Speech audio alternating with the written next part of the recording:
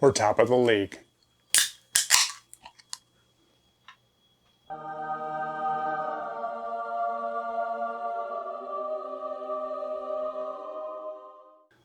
All right, welcome back to the channel. I am Brandon, and I am like a new signing for Arsenal, and we're top of the league. I want to talk about the Palace game that, well, finished a little bit ago. I had to watch it on a little bit of record because I had a work thing that went a little bit later than 3 o'clock Eastern. So I'm a little bit behind the times, but let's jump into it. So a couple things that jump out to me. First of all, 2-0 win last year. Do we win this game? Probably not. First thing I wrote down in my notes, so I try to take notes during the game. Palace is going to beat a ton of teams. They're organized. They have really good players. They have really tricky players on offense. And just their aggressive, physical nature, they're going to beat a lot of teams, but I thought we managed that well. And I'll get into like a key word at the end of this, but I put Palace is going to beat a lot of teams. They're going to beat, I think they're going to beat a decent amount of top 6 teams.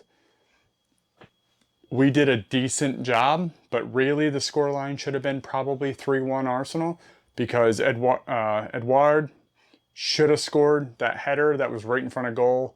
Martinelli should have scored the first goal like in the 3 minutes and 33 seconds.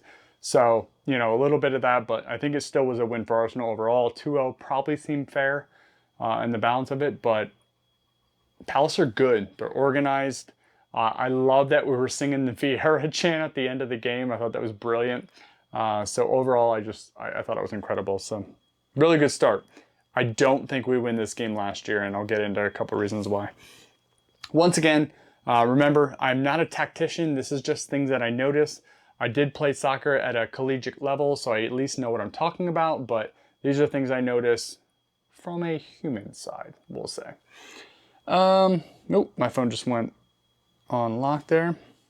So I watched all 3 episodes of All or Nothing, and we'll be doing a breakdown of the All or Nothing episodes as well, so make sure you check those out. But in the All or Nothing, I think it was episode 2 or 3, Arteta talked about, right, he had 2 different screens up, and he asked the players to memorize the numbers and where they're at. And he mentioned about you can memorize probably most of the left side, but you couldn't memorize the right, or part of the right side and couldn't memorize the left.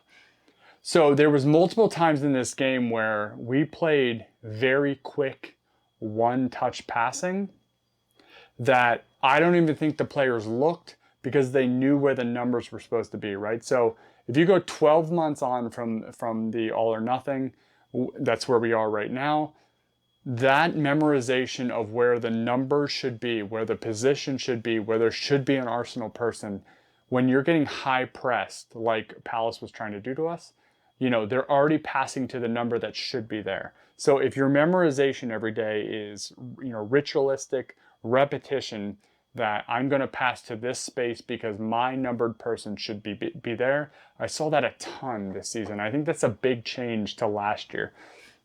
Last year, we had to collect the ball, pick our head up, find someone, pick our head or put our head back down and pass. This year, we're literally receiving the ball, except for Odegaard, who's a genius at one touch around the corner passing. Receiving the ball and just playing it to where the person should be. I think it was brilliant. Partey's really good at that. Xhaka was also really good at that. Obviously, Odegaard was good at that. But you could see that in the middle of the park. They were pressing hard, but we were very composed in where we were going to put the ball because we knew that number should be there. So I thought that was really good.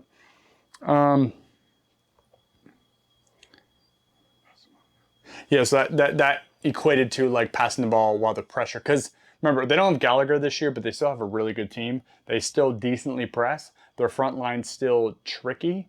You know, Zaha is a very tricky player. So, you know, I thought we managed that well to play out from the back.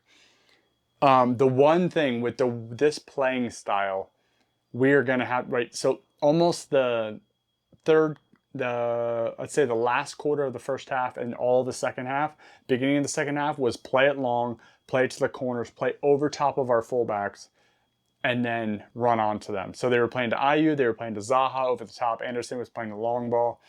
That's going to be really, I think we're going to see that a lot because we play such a high line, but we're just going to compensate that with Gabriel and Saliba's speed, or Ben White's speed. I think we handled that well. A couple times, you know, they got a little sticky, but that's the only out ball when we put so much pressure forward, because we're pressing the front line, we're pressing the defense, we're pressing the goalie. I thought that was very well done. And that was the only out ball. And I think Arteta will take that long ball all day, because he believes in our central defenders to pinch that out, be aggressive, play smart there, and win the ball either for a corner, throw in, or win the ball ultimately from the defensive standpoint. Ramsdale, you know, I heard, I think it was on the Arsenal Vision podcast that someone stated, and it might have been Paul in my pens, mentioned about Ramsdale's got a lot to prove, and I thought that was brilliant. I didn't even think about that, but this game kind of showed that, right? So a couple of moments I was like, like when he kicked that ball down the middle and it bounced off the Crystal Palace player, I thought that was actually going in the net from where the camera angle was. But you know, there's a couple times he dropped the ball, grabbed it on the second. He actually did that twice, I think. A couple of the distributions were, he does have a bit to prove. Now, do I think Turner's going to push him as much as Leno did? No, because I think Ramsdale's distribution in Arteta's mind is so high. But yeah, little shaky areas there that made me a little nervous, but Ramsdale's also like an 100% or 0, right? So he goes big or goes home.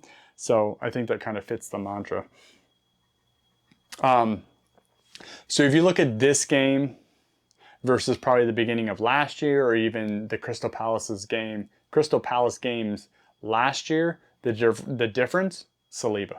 Right, Saliba allows Ben White to play outside right, which allows Zaha to be defended by a defender that can handle. You know, I mean, he got toasted probably once or twice, but enough that, you know, either Saka came back and helped out, or he kept him there long enough to manage the situation.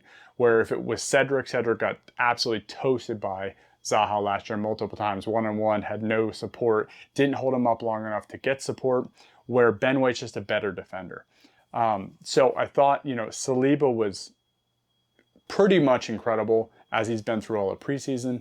I thought his calmness, I thought his defending, I thought his strength, you know, that's a different formula back there in our back line, and I thought that was really interesting to watch how that whole dynamic. He pretty much played exactly like he played in preseason. He was calm, he was collected, he played the ball out, he was aggressive when he had to be, he was dominant when he had to be. He's just a force. So I was really impressed with that, and I think he's the big difference, allowing Ben White to come out wide because Tomiyasu's not ready.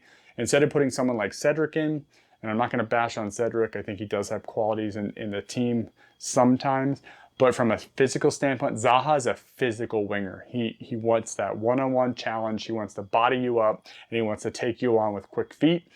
Ben White's not afraid of that, right? He gets sucked in a little bit, and then he got his yellow card, and he gave space a little bit there, but I think the direction was get tight on Zaha, don't give him the space to turn you, and be aggressive, and that's how you can defend Zaha. I don't think Zaha's movement is that great, so if you can stick him on that when he first receives the ball, you can kind of get him out of the game. He's getting a little bit frustrated, so. You know, Saliba allows Ben White to slide right outside and allows that core group of Saliba and Gabriel to be super strong. So I thought that was great. Talking about the goals, Gabriel should have scored in the 3rd minute. I don't know why he didn't take it with his right foot. Just crush it. You know, you're inside the six there. Just actually put your laces through it and put it in the top shelf. Didn't do that. Jesus was just hungry. I thought he played well in the first half. You know, faded a little bit in the second, but we were also trying to figure it out. And once Palace kind of figured us out, that's why I think Palace are going to beat a lot of teams, because it took them about 15 minutes to figure us out, sort out their midfield, and then we didn't have as much freedom as we did in the first 15 minutes. So I thought that was really smart. Actually, the commentators talked about that quite a bit in the U.S. about how Palace settled down and figured out their midfield kind of themselves without Vieira, you know, pointing about a bunch of things. Because they didn't have a water break or anything like that. I thought that was really interesting. I thought I thought Gabriel Jesus played well. I think Martinelli and Saka get their goals because we have a forward that the defenders have to focus on, right? So Jesus pulls a lot of attention to himself, and I think that frees up more space for Martinelli and Saka that we got last year, right? And Lacazette didn't pull defenders towards him because they knew he'd stay outside the box, where Jesus is very hungry in the box. He's chipping away, clipping away. He can beat one-on-one defenders. He megs a guy on like the 18. It was just incredible in the first half. So I thought the first goal, we were very good at set pieces and corner kicks last year. We keep that tradition going this year already. The flick on, or the back across the goal from Zinchenko and Gabriel. Credit to Martinelli, because he didn't have a lot of time to see that and still directed it towards goal. Still got an actual goal. So huge props there. And then the second goal for Saka. Nketiah looked lively. He looked hungry. Normal Nketiah play where he gets on and he gets involved. So I love him coming on as a sub. I think he's going to absolutely light up the group stages of the Europa League, and I'm really excited about that. But I thought he looked very, very good coming on. I think he looked hungry. His back to goal play has gotten so much better. He kind of started that whole run to Saka's goal and then played the ball off to Saka, and Saka just got a lucky break there. But if you think about it, the 2 goals we got today were a bit lucky. Corner kick, was clever, but the deflection was quite a bit lucky. First goal, or the first attempt from Martinelli, we should have scored. So 3-1, maybe 2-1, because Edouard should have really scored his header. But Palace is going to beat a lot of teams, and I think they're going to surprise a bunch of people. They're very organized. They have some high quality players. I don't think they get the respect in the league that they should yet, but they probably will. And they have a decent goalkeeper, decent defense. I thought Anderson was very strong today. I think he's a smart defender. I think he plays out from the back pretty well. But yeah, overall, 2-0 win. Starting out with a clean sheet, which is massive. Even though Ramsey was a little shaky on the distribution, I thought the saves that he made was really smart. They were very good. So key word for me in this entire game is mature. We didn't have this maturity last year. We walked into that Brentford game and were completely immature and naive to the situation that was in front of us. This was a difficult game to start with. So I want everybody to realize that we were walking. So I hate Friday night games because they're either going to ruin my weekend or I'm going to be happy. So I can actually enjoy my weekend now. So thank you, Arsenal. But Friday night games to me are awful. I hate them. I don't ever want to have them again. This was a difficult game. Crystal Palace at home, I think, and away are going to beat some top quality teams. You can scream at me in the comments when they do or do not do that. But I think it was a difficult game. I thought we were super mature. I thought our defense was very organized. I thought we were very intentional about everything we did. And I think that's going to be a key for the season. I think Arteta and his positional play, I think, is always very intentional, which is why you can pass the ball without looking and your teammate will be there to receive it to move out of pressure. And I think we saw a little bit of that in All or Nothing, and I'm very excited to see more of it. So I think that's all my highlights for now. I just thought the team played very mature overall. My word for this game is maturity, and I think we're seeing this grow. Don't know what's going to look like at the end of the season at this point, but first game in, 2-0 win. I think it's a stamp on where we were last year versus where we were this year, and I think the announcers talked about that quite a bit. 12 months ago, look at the difference between Arsenal and Arsenal now, and I think that's a valid point. So I think we'll leave it there. Reaction. Crystal Palace, Arsenal, we're top of the league. Let's go. Come on, you Gunners. Later.